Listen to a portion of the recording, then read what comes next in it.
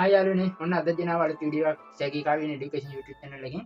ඉතින් අද කරන්නේ A4 කොළ 4-5ක් භාවිත කරලා ලස්සන මලක් හදන එක. අපි ඉස්සරහ මේ A4 කොළ ටික භාවිත කරලා කොහොමද මේක හදාගන්නේ කියලා බලමු. ඉස්සෙල්ලා වීඩියෝ එකේ move කොටස යමු.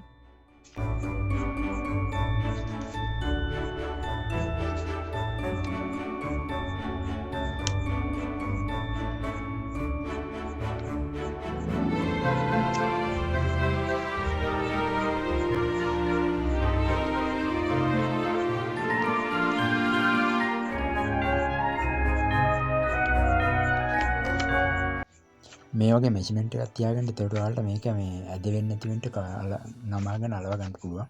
මේ මම දෙපැත්තෙන් පොඩි කට් එකක් කපාගෙන ඉන්නේ ඒකයි. දෙක එකට ගන්න දීලා ඒක මේ විදිහට ගම් ටිකක් ගාලා අලව ගන්න පුළුවන්.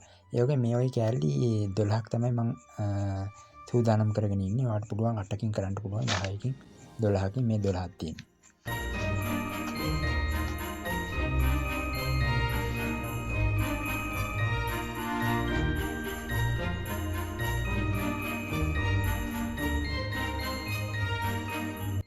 ඉතින් අපි මේ විදිහට හදාගත්ත A4 කොළ ටික කපලා නමලා මේ විදිහට අලවගත්ත A4 කොළ ටිකේ අපි පොඩි කට්ටයක් කපා ගන්න ඕනේ.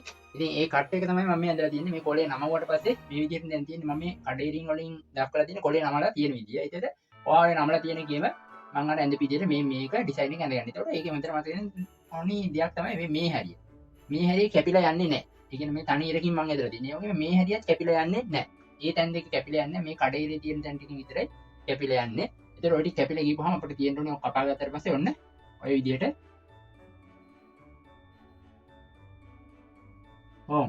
ඔය ආකාරයට කොළේ කැපිලා තියෙන්න ඕනේ. ඉතින් එහෙම කපාගෙන ඊට පස්සේ අපි බලමු වීඩියෝ එකේදී කොහොමද මේක අලවගෙන මල නිර්මාණය කරන්න කියලා. ඉතින් ඒ වගේම තාම මගේ YouTube channel එක subscribe කරලා නැත්නම් ඔයා දැම්මම subscribe කරන්න, ඒ වගේම like කරන්න, තවත් අයට මේ වීඩියෝ බලන්න පුළුවන්. ඒකට ඒ වගේම comment කරන්න.